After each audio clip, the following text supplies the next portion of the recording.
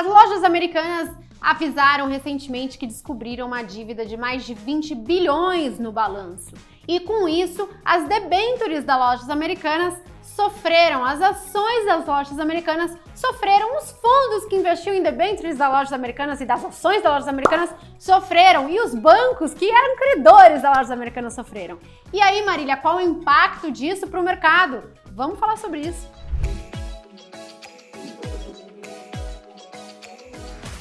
Antes de falar em desastre, vamos falar em coisa boa.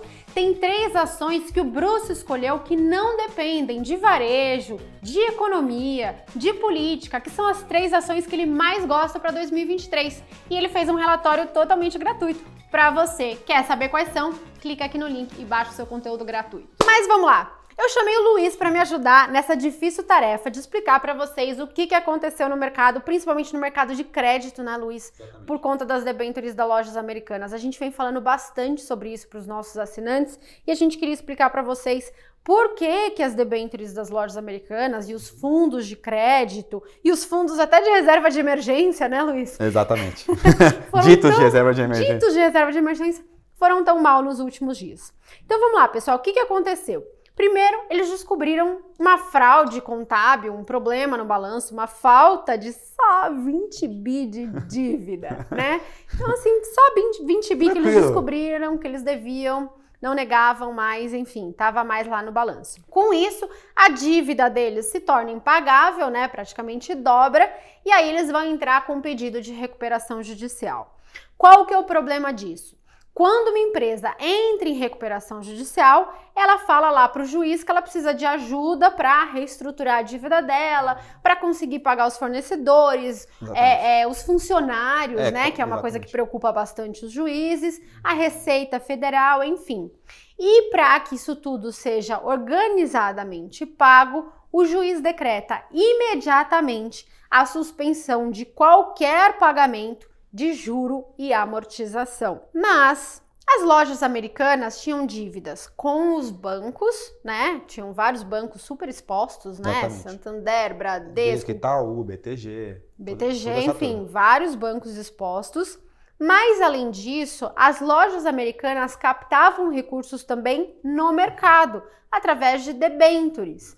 Então, as debêntures são operações, títulos de renda fixa, contratos de empréstimo, onde a Lojas Americanas promete que vai pagar um juro e uma amortização num determinado período do tempo e o mercado absorve essas debêntures. Essas debêntures são compradas por investidores pessoa física ou investidores pessoa jurídica e por isso que eu chamei o Luiz aqui. Por isso que estamos aqui. Exato! Muitos fundos compraram essa debênture, né, Luiz? Exatamente. A Lojas Americanas era um papel meio... não dá pra errar, assim, né? Você tem um controlador que é o 3G, né? Que assim, reputação, montou vários negócios, montou Ambev, fez deal com o Buffett em Kraft Heinz, fez deal em Burger King. Então assim, era um cara que tinha uma reputação, é um papel relativamente líquido, né? Então você conseguia comprar e vender. E assim, um negócio que praticamente bem sólido, assim, né? Então, ninguém pagava um juro bom. E pagava um juro relativamente ok, assim. Dá até para falar sobre a distorção do mercado brasileiro com lá fora, os bonds eram muito mais baratos, mas enfim.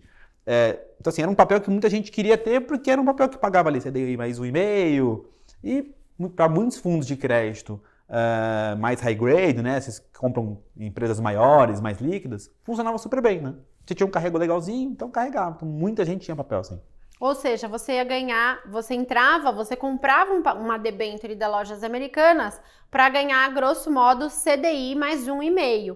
Então se o CDI era 10, você ganhava 11,5 por investir no crédito lojas americanas e não o crédito do governo, por exemplo. Exatamente. Mas, com a entrada dela na recuperação judicial e a suspensão do pagamento de juros e amortizações, essas debêntures foram imediatamente reprecificadas pelo mercado. Não, né? Totalmente, né? Assim, a gente... Para falar em IPCA, que foi o que a gente viu, eu até postei para o pessoal do Nord Fundos, né, com os assinantes, porque foi muito impressionante, assim. Acho que foi uma das replicações mais rápidas que eu vi. E o papel negociava alguma coisa como IPCA mais 8, 8,20, 8,15. E aí no dia, na sexta-feira, né, já foi para IPCA mais 21. Isso gerou uma perda aí de 50% do valor do... Então você tinha comprado R$1, esse R$1 tinha virado 50 centavos em um dia, a grosso modo. Né? E, assim, algo que a gente consegue ver, isso está longe de ter acabado. Né? A gente já consegue ver que alguns administradores, né, que é quem faz a marcação dos fundos, no final das contas, já querem remarcar a 25 em vez de 50. Né? Então, e potencialmente, mais para frente, se de fato gerar esse default, a zero, porque se você não vai pagar, vai ser negociado a zero. Então, a gente está vendo, de fato, cada vez mais, né, gestores que, por mais que tinham 1%, que tinham 0,5%, no caso do Nubank, que tinha 7% do fundo, perder valores consideráveis, né, do fundo nessa remarcação ao mercado, né? Porque assim, os fundos de crédito são obrigados a marcar todos os títulos que eles têm na carteira a mercado. Eles não marcam na curva, né? Então eles marcam no preço justo de mercado. E quando você tem uma queda muito abrupta, eles têm que marcar também. Exatamente. Então tiveram fundos que reportaram no dia seguinte uma perda de 3%, 2%. Exatamente, né? Uma série de fundos. Acho que o mais famoso que ficou na mídia, a gente inclusive falou bastante, foi do Nubank, né? Que era um fundo que era vendido como reserva de emergência, de certa forma, mas que é um fundo, no final das contas, de renda fixa. E um fundo de renda fixa pode investir, sem dizer nada no nome, 50% do balanço do fundo em crédito, até 50%, né? Passado dos 50%, você tem que informar que o fundo é de crédito. Tem que escrever CP, né? Exatamente. Crédito privado. Eles não escrevem nem crédito Nada. privado, eles escrevem CP. Exatamente. Que o investidor, pessoa física, não sabe o que é CP. Pode ser curto prazo. Exatamente. Né? Exatamente, é verdade. Pode ser fundo de renda fixa de curto prazo. Exatamente. Mas não, tá lá, o CP é crédito privado. Então, se o seu fundo tem esse sufixo CP, provavelmente ele investe mais de 50% em crédito privado. Exatamente, o regulamento exige, né? E o Nubank tinha vários ativos de crédito lá dentro, um deles era Americanas, e de fato, aí criou esse dente na cota que a gente chama, né? Essa queda, que assustou muita gente que falou, pô, mas eu achava que era um fundo tranquilinho, era um fundo para ter sem risco, né? Então, foi bom também para alertar a turma de que, assim, né? Se o seu fundo é um fundo de renda fixa e não é um fundo de Tesouro Selic simples, né? Ele pode investir em crédito, tá? Ele pode investir em outros ativos que estão sujeitos à marcação ao mercado. Né? Exato. Uma coisa importante, Luiz, que você sempre fala para os seus assinantes, e eu acho que é importante a gente informar aqui o pessoal, é que o crédito privado, o fundo de crédito privado, ele tem que ser analisado com extremo cuidado. Porque o que acontece? Às vezes você investe num título para ganhar 1% a mais do CDI, mas você acaba perdendo tudo. Então, o fundo de crédito privado é aquele que vai fazer exatamente isso.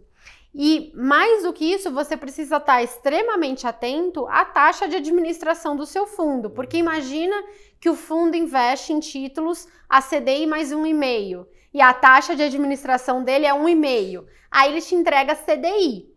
Você acha que CDI é bom porque é tipo reserva de emergência, Tesouro Selic, CDB de liquidez diária, 100% CDI. Então você está feliz com essa rentabilidade. Mas na verdade, para você ganhar essa rentabilidade, você está tomando um risco de crédito gigantesco. Exato. E todo esse spread está ficando com o gestor do fundo, que fica tomando taxa de administração para ele e quem corre o risco é você.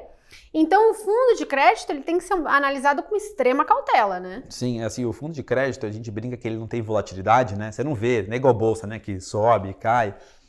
Então as pessoas não veem risco, né? Assim, como não tem volatilidade, não tem risco. Na verdade, não. Tem uma série de riscos por trás do que o seu gestor está investindo.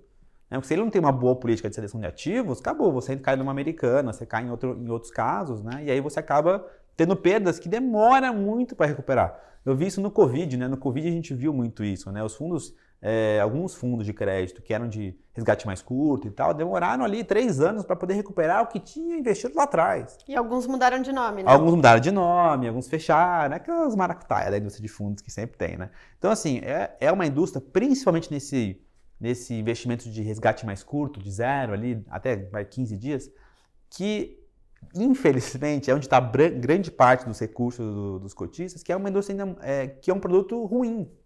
É um produto que você está exposto a um risco que vira e mexe você vai ter problema. Que é o risco de você ter algum tipo de crisezinha, aí vai lá um gestor resgata, outro resgata, você cria um efeito bola de neve no meio do caminho. Eu lembro também quando a Oi entrou em recuperação judicial, que o Banco do Brasil tinha fundos de crédito muito alocados em Oi, e de repente também o investidor viu uma queda enorme na cota do fundo e deu toda uma repercussão. Então eu acho que a cada 2 anos a gente enfrenta uma situação como essa, né? Uma empresa acaba entrando em recuperação judicial e os fundos de crédito novamente sofrem. Aí eu tenho a impressão que as pessoas ficam um pouco distantes do fundo de crédito, mas depois de um tempo elas esquecem e voltam a investir. Né? Exatamente, é um ciclo, assim, né? Principalmente quando a gente tem momentos de bolsa um pouco piores, né? A pessoa volta para o crédito. E aí o volume de captação da indústria de fundos de crédito cresce absurdamente. E aí o gestor, quando começa a crescer demais, a seletividade que ele tem para escolher ativos cai muito. Né? Porque se você tem 1 bi para investir, você consegue bons ativos. Se você tem 20 bi, Exatamente. Você vai pegar uns bons e uns não tão bons. Você fala assim, pô, Marília, o que você tem aí para investir? Eu tenho uma debênture a IPCA mais 10, mas eu também tenho uma aqui que está IPCA mais meio. Aí você tem que comprar as duas, porque assim, é tanto volume entrando que você, para não ficar não ter problema com a CVM, desenquadrar o fundo, né, e tal, você tem que comprar. Porque a regulação exige que você tenha 50%. Então, aí você acaba comprando, a seletividade cai e aí você cria um problema, né? Que quando vem algum tipo de crise de mercado, você tem essa abertura de spread, né? E aí todo mundo fica assustado, e aí tem resgate, aí fica cada um atirando no amiguinho, né? Você resgata de mim, aí eu preciso resgatar do fulano, e aí todo mundo fica entrando na bola de neve. Aí você tem uma crise no crédito, aí o crédito diminui. Aí dá um tempo, volta a crescer de novo. Então a gente vive esses ciclos ao longo do tempo. Pessoal, então assim, resumindo, reserva de emergência não é para investir em fundo de crédito, tá? Reserva de emergência é em títulos extremamente seguros, como títulos do Tesouro, ou se for investir em produtos de crédito, pega os top 5 bancões, né? Ou então empresas assim, AAA, empresas muito seguras. Agora, Luiz, você recomenda algum fundo de crédito? E caso não, qual outro fundo você recomenda para aquela pessoa que quer render um pouco mais do que o CDI? Sim, eu nunca fiz crédito por esses motivos que eu acabei de citar para vocês, assim, tem muito risco oculto e você não é remunerado pelo risco aqui, infelizmente, assim. Você olha a diferença de fundo dos que as debêntures rendem aqui, que o bond gera lá fora, a diferença é muito grande. Porque é isso, o mercado aqui ele é pouco líquido, então assim, não acaba sendo uma indústria muito legal para esse fundo de crédito e liquidez mais curta. O que eu faço quando eu quero fazer uma coisa mais CDI? Eu faço multimercado, por exemplo, que eu acho que é um cara altamente versátil, então pode investir em qualquer tipo de classe de ativo, não é um cara que precisa estar comprando em bolsa, ou precisa estar aplicado no juro, ou precisa estar fazendo qualquer outra coisa. E é um cara que, ao mesmo tempo, leva de graça aqui entre aspas, o CDI, né? Porque o multimercado sempre parte do CDI. E o que ele busca fazer é gerar um retorno em cima do CDI. Né? E ano passado foi um ano espetacular para os multimercados. Né? Então, quando eu quero fazer crédito, eu prefiro fazer multimercado, porque ali eu sou remunerado pelo risco que eu corro. E eu sei exatamente o risco que eu estou correndo. No crédito, muitas vezes você não sabe. Você está vendo a cota parada lá, ou subindo linearmente, né? E aí, do nada, você vê uma queda, como se fosse meio período de Natal, né? Então, assim, eu prefiro, quando eu vou correr, fazer coisa via multimercado, que eu acho que é uma classe extraordinária, e tem todos os benefícios de você também levar o CDI, com esse CDI super alto, vale super a pena. Boa. É isso aí, pessoal. Então, reserva de emergência, Tesouro Selic, algo desse estilo, e quer render um pouco mais do que o CDI? Vai para fundos multimercado, que é um produto mais completo, mais robusto e que não precisa estar com risco direcional de um lado só. Eu também adoro os fundos multimercado. Pessoal, muito obrigada pela atenção de todos vocês e até a semana que vem.